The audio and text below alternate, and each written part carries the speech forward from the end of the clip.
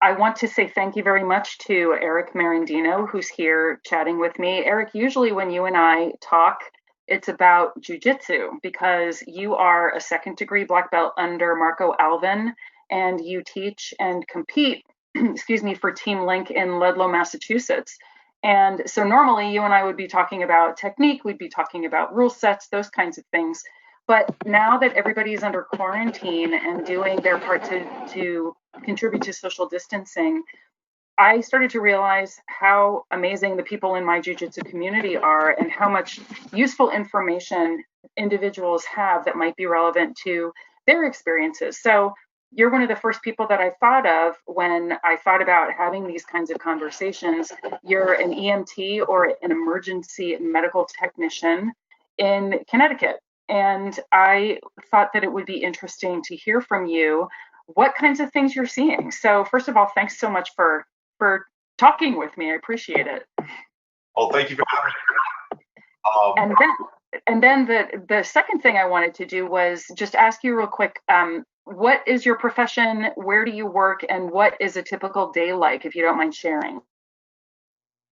Okay. Well, first I wanted to start with a disclaimer. I'm not a doctor. I'm not a nurse. I'm not a paramedic. I'm an EMT, and I just kind of wanted to explain what the difference is between an EMT and a paramedic. So I work in Hartford, Connecticut, right in the city there, and we have two types of crews. We have ALS and BLS. BLS, basic life support, is when two EMTs are crew members. So there's certain things in our skill set that we're allowed to do. An ALS unit, advanced life support, is a paramedic and an EMT or two paramedics together. So on the BLS level, which is what I do, my current partner is an EMT. There's certain things that we can do. I can give you oxygen, I can give you aspirin, oral glucose, EpiPen, just the basics. The main difference between that and a paramedic can intubate, they can start an IV, give you fluids, they can push 40 plus different kinds of medications, they got the heart monitor, all that stuff. So that's the main difference as far as that. As far as what I do in Hartford, we're a commercial ambulance company. So the main difference between that and a town services like local services, they're going to be doing all 911 calls. They don't do what we call routine transfers. That's the foundation for what our company does to make its money. And a routine transfer is when we pick up patients from nursing homes, from private residences, people who can't sit in a wheelchair and go by a wheelchair van. They have to be in a stretcher. So that's where they send us to pick it up to take them back to different appointments that they may have, like I said, dialysis or doctor's appointments. And then mixed in between that, we do all of our 911 calls. So a typical day for us, we normally will sign on. If they have a call waiting for us, like a routine call, they'll send us to that. Or they'll have us stage in a different area in the city. They'll just tell us, and they're numbered, area 12, area 4, area 5. And we basically just go park, grab, coffee, grab breakfast, whatever we need to do. And we wait for the first call to come in. And then once we get dispatched, we go through the call. When we're done with the call, we clear, and then we wait for them to send us to the next call. So it's different every day. There's really not a lot that's routine about it because anything can pop up. We can be doing 911s all day, or we can be doing, basic doctor's appointments all day. So that's kind of it in a nutshell. Thank you. So when you are responding to 911 calls, what are the nature of those? What kinds of emergencies are you seeing? Literally anything you can possibly think of. We go for chest pain, we go for difficulty breathing, we go for trauma, falls, car accidents, and everything in between. Stub toes, bloody nose,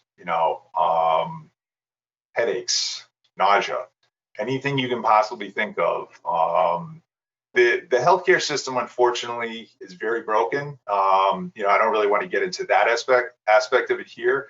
But a lot of the calls that we get are things that most people would go to CVS, get cold medicine for. Most people would hop in their car, go to the walk-in clinic, for whatever medical problem that they have. The true emergencies, when those pop up, that unfortunately takes away from the real emergencies when we have other calls where, you know, they shouldn't be calling 911 for. So that is a concern, and that is a big thing that we deal with every day as well.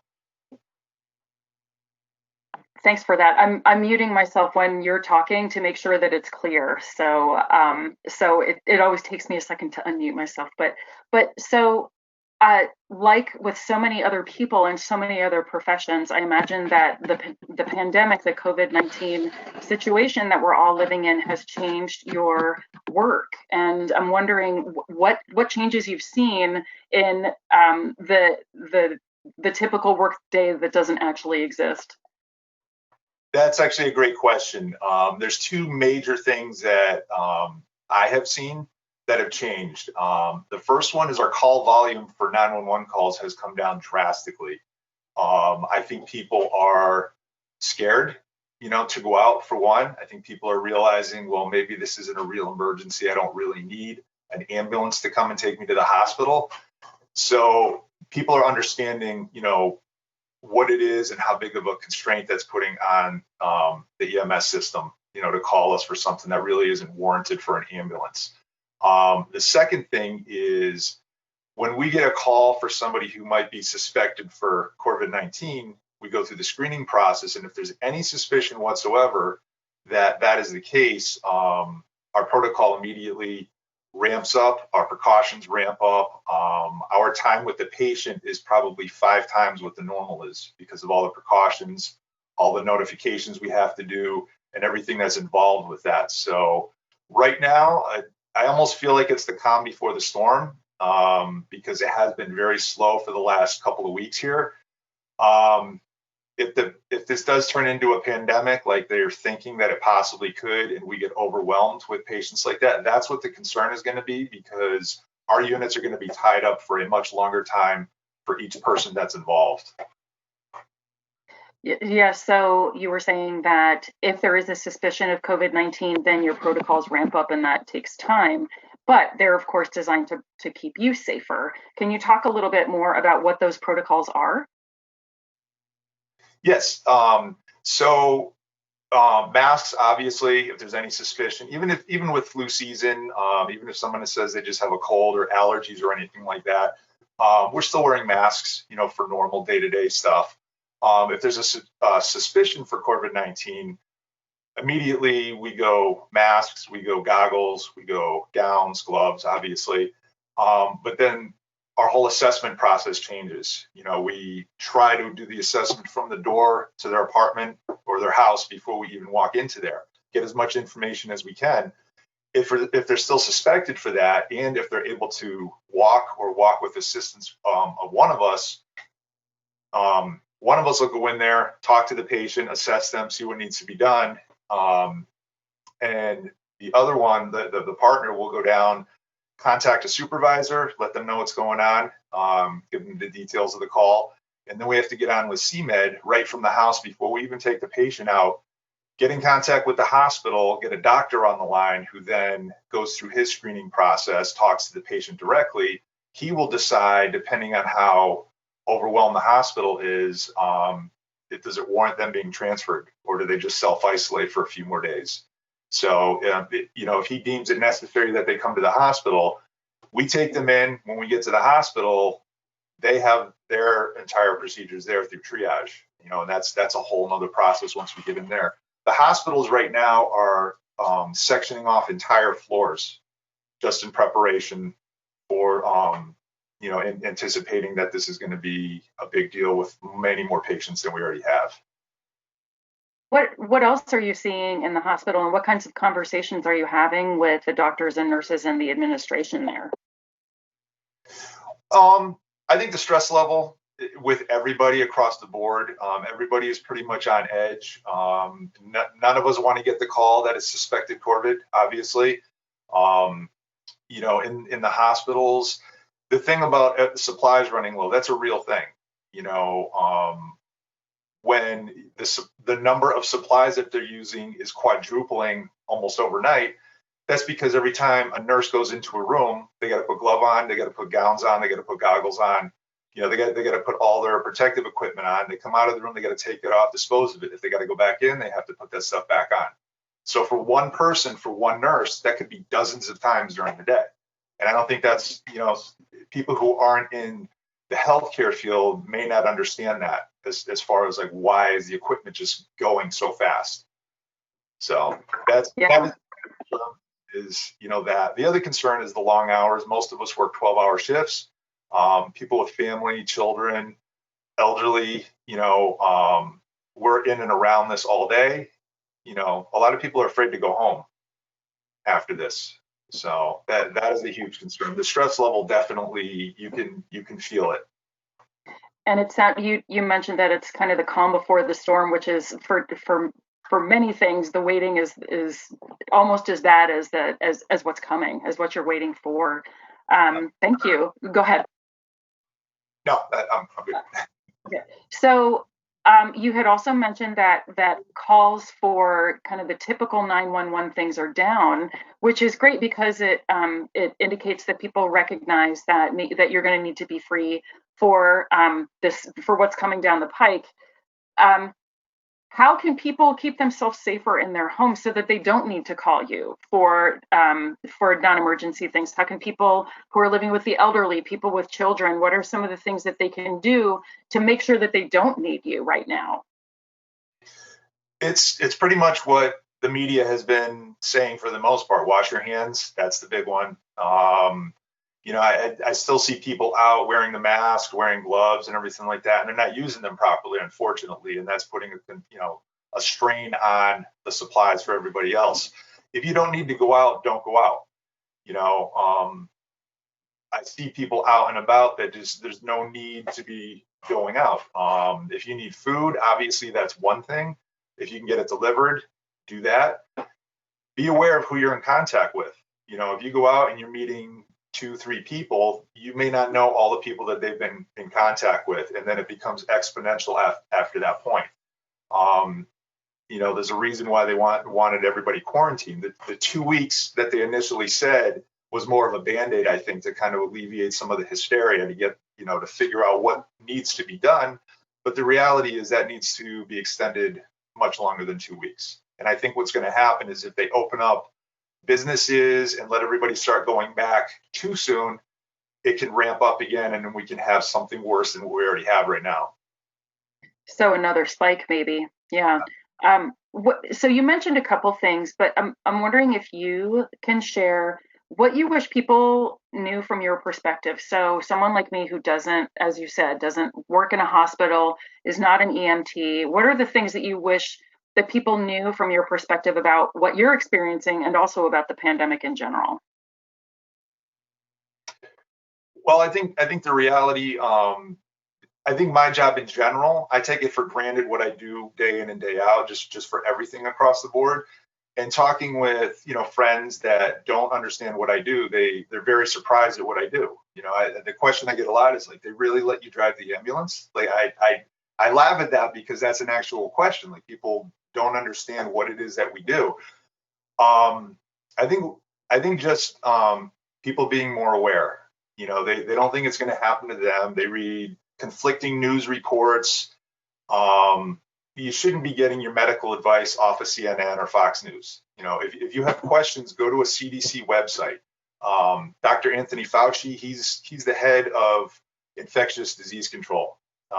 You can see his videos all over everywhere. He's giving the rundown of what it is, what you should be doing, what you should be looking for, and the potential for how bad it can be. I wish people understood how serious this could potentially be.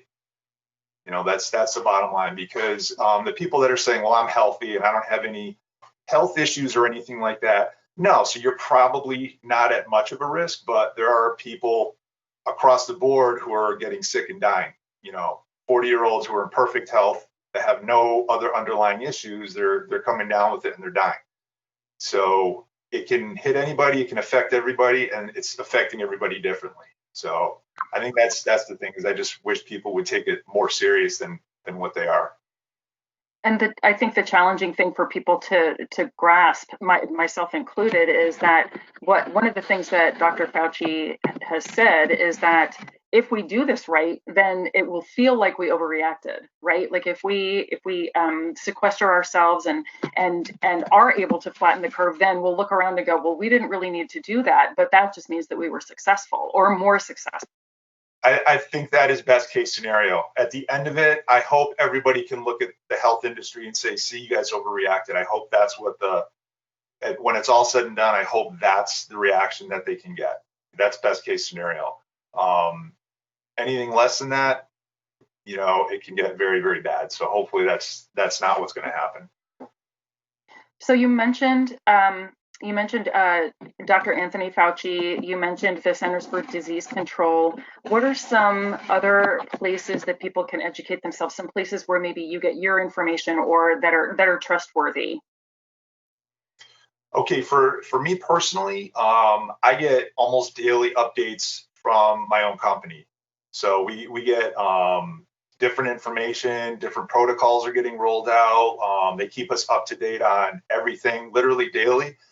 For the average person out there, 211, that's the number to call, and they will basically pre-screen you. If you say you're having symptoms, you're having a hard time breathing, or whatever the issue is, something that doesn't warrant a 911 call, they can point you in the right direction. They can say, well, ride it out for another day, or they can tell you where the testing centers are. And we have drive-by testing centers set up at the hospitals where you just drive by in your car under a tent, and then a doctor or a nurse comes out, take your temperature, they they screen you, they do a history.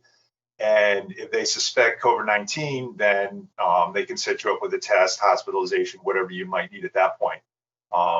But like I said, the main thing is don't rely on the news channels for the information, because you can literally have two news channels on competing channels on at the same time, and you're going to get different information, different statistics, and it's almost like a political thing, unfortunately. There's a huge divide as far as that. Go to a reputable source, which would be the CDC. Great. And the idea of the 211 call, that's great too, because then those people don't come to you, but they do get additional information that can help them figure out what their next steps might be. Yeah. So one of the things you indicated how people can help to continue to socially distance, and I'm wondering if there are other ways that people can be part of the solution. So, for instance, you see people have sort of started cottage industries to make masks and are donating supplies and things like that. What are some ways that people who may want to take those kinds of steps can do something that's actually meaningful and helpful? As far as that, I think it all goes back to taking ownership for your own responsibility. I think that's where everything has got to start from. Just being aware of where you are and just not being out if you don't have to be out. As far as the masks and stuff like that, I haven't really looked too much into that, again, because my job, I get provided with the stuff that I need. So I haven't really seen that side of it. But yeah, the isolation and stuff like that, I mean, be aware of where you are, and think about your loved ones, the elderly, children, everybody, as far as that goes. Like I said, it's an exponential thing. You come in contact with one person, they come in contact with one person, and it explodes from there. So yeah, so really the main message that I'm hearing you say is pay attention to the need for social distancing.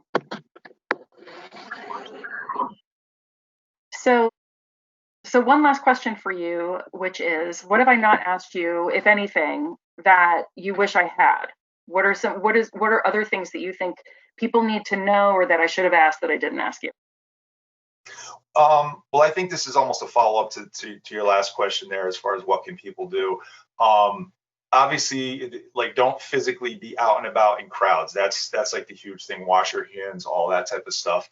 But a lot of it is just common sense stuff. When you're at home, try to alleviate stress. That's going to be a huge thing. So try to stay on some type of routine. If you're suddenly out of work and you're at home with all this free time, try to come up with some type of routine. Try, work on stuff you haven't done, work around the house, exercise, reach out to people. That's a huge one. That's one that I've been doing more recently, reaching out to friends that I haven't spoken to in, a long time, just checking in to see how they're doing. And I know for me personally, when people check in just to see how I'm doing and how things are, that means a lot to me.